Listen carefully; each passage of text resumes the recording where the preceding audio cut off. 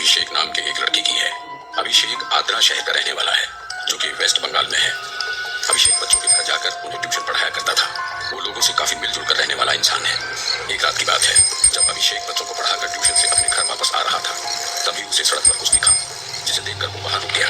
अभिषेक cycle से उतर कर देखता है तो बीच सड़क पर एक लाल रंग के कपड़े की पोटली और एक काला पुतला सड़क पर पड़ा था।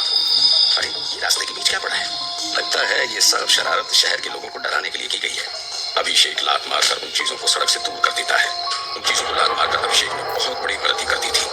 चलो, अब रास्ते पर इससे और कोई परेशान नहीं होगा, चलता हूँ यहाँ से। उसके बाद अभिषेक वहां से साइकिल पर अपने घर की ओर निकल जाता है। पर इस बार उसे ऐसा लग रहा था कि जैसे कोई और भी उसके साथ साथ आ रहा है। उसे उसकी साइकिल भी भारी लग रही थी, मानो कि जैसे कोई साइकिल के कैरियर पर बैठा हो। अभिषेक ये सब महसूस करते करते कुछ ही समय में अपने घर पहुंच जाता है। आज तो बहुत थक गया, अब बस जल्दी से खाना खाकर सो जाता हूँ। वो रात का खाना खाकर सोने चला जाता है। आधी रात को अचानक से अभिषेक उठ जाता है और उससे ऐसा लगने लगता है जैसे कि उसके कान के पास आकर उसको बड़बड़ा रहा है। ये कैसी आवाज है? लगता है कोई बुरा सपना था। अभिषेक जैसे ही फिर से सोने लगता है, वैसे ही उसे घर में सामान फेंकने की आवाज आ रही है। अभिषेक को लगता है कि घर में कोई बिल्ली घुस आई है, जिसे भगाने के लिए वो उठकर उस आवाज की तरफ आगे बढ़ने लगता है। तभी अचानक से उसके सामने आ जाती है। उसे देख अभिषेक बहुत बुरी तरह से घबरा जाता है। उसके मुंह से आवाज तक निकलनी बंद हो जाती है उस भयानक चुड़ैल को देखकर। उस चुड़ैल के मुंह से डरावनी आवाजों में कुछ बड़बड़ाने की आवाजें निकलने लगती हैं, लेकिन अभिषेक को उसकी कोई भी बात समझ नहीं आ रही होती। फिर अभिषेक ने अपने बचाव के लिए अपने पास रखा सामान उससे चुड़ैल पर फेंकना शुरू कर दिया। उस चुड़ैल को मारने के लिए जिससे चुड़ैल और भी ज्यादा गुस्से में आ जाती है और अभिषेक पर हमला कर देती है। अभिषेक वहीं जमीन पर गिर जाता है और रात भर वहीं पड़ा रहता है। अगली सुबह जब अभिषेक को होश आता है, तब वो खुद को काफी कमजोर महसूस करता है। वो घर से बाहर नहीं जा पाता। उसने रात वाली घटना के बारे में किसी को कुछ भी बताना सही नहीं समझा। मैं इस बारे में किसी को भी नहीं बताऊंगा। भला आजकल के जमाने में भी कोई भूत प्रेत पर विश्वास करता है क्या? उसी रात जब वो खाना खाकर सोने चला जाता है, तो फिर से उसे किसी के बड़बड़ाने की आवाजें सुनाई देने लगती हैं। वो घबरा कर उठता है और देखता है सामने कुर्सी पर चुड़ैल बैठी हुई होती है और बड़बड़ा रही होती है। अभिषेक को देखते ही चुड़ैल जोर जोर से हंसने लगती है। उसकी हंसी की डरावनी आवाज पूरे घर में गूंजने लगती है, जिससे अभिषेक बहुत डर जाता है और खुद को बचाने के लिए कुछ ढूंढने लगता है। पर तभी उसकी नजर वापस से उस कुर्सी पर जाती है। वो देखता है कि चुड़ैल अब वहां नहीं होती और ना ही उसके हंसने की आवाजें आ रही होती हैं।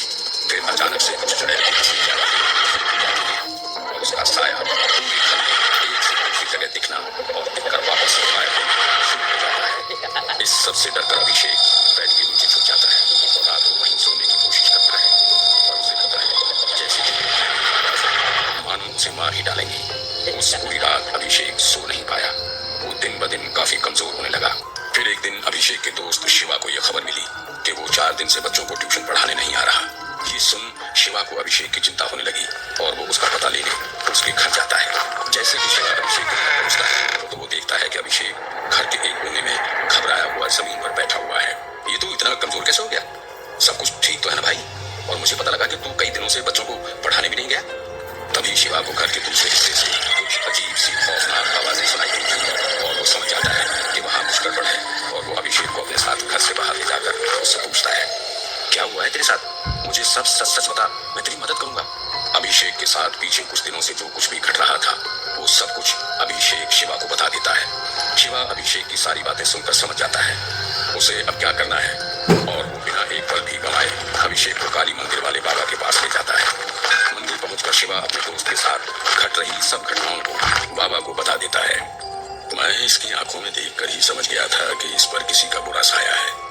मंदिर के बाहर बाबा तुरंत पूजा हवन शुरू कर देते हैं, जिसमें अभिषेक और शिवा दोनों उनके साथ बैठे हुए होते हैं। पूजा चल ही रही होती है कि तभी वहां वो चुड़ैल नजर आती है। उसे देख अभिषेक बहुत डर जाता है और शिवा भी चौंक जाता है। शैतान, कौन हो तुम? इस लड़के को क्यों मारना चाहती हो? इस लड़के को क्यों मारना चाहती हो?